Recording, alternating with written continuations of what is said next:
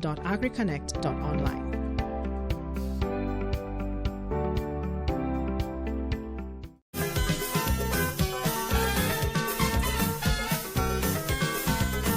Our next guest is a gentleman with plenty fire, Sergeant Ancil Forde. Sergeant, thank you very much for coming this morning. Pleasant morning, Marlon. Pleasant morning, Trinidad and Tobago.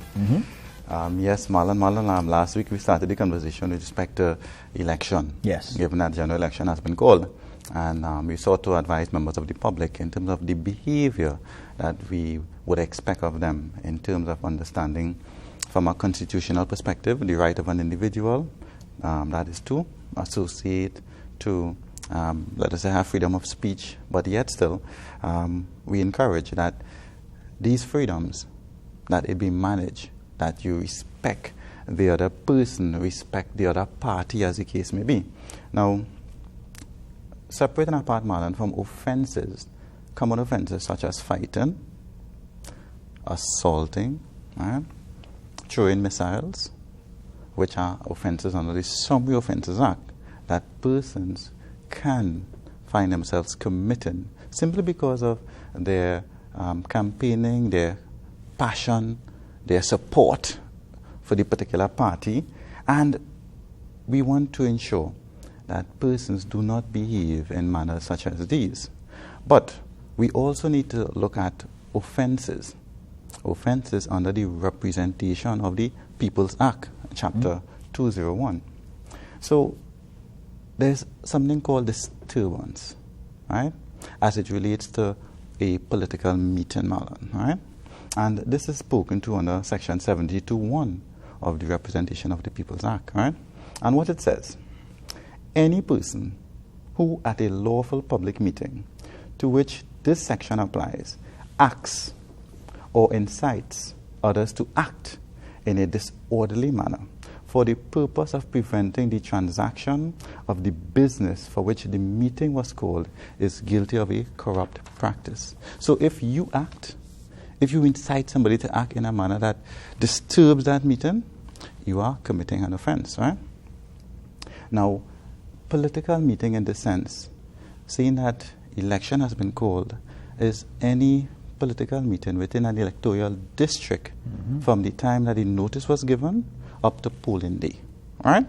Yes.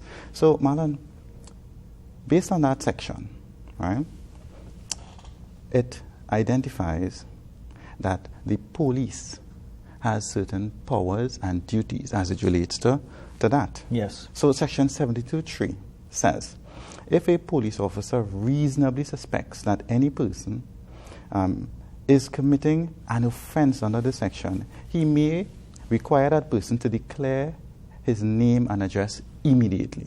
Right? If that person refuses or fails to declare his name and address, the police officer has the power to arrest that person. Sergeant, right? I have 1 minute. Sure.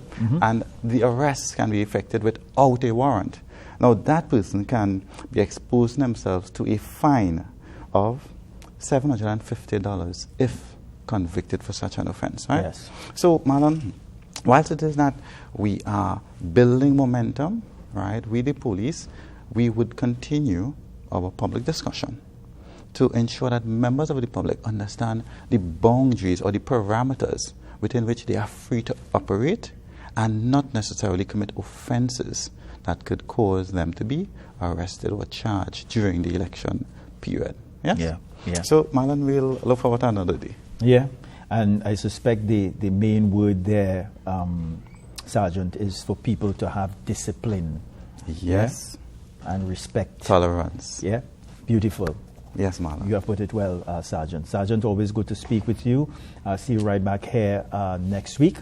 Until then, take care. All right, everybody, that's going to be it for our program for today. See you right back here tomorrow morning at 6 o'clock. Bye, everybody.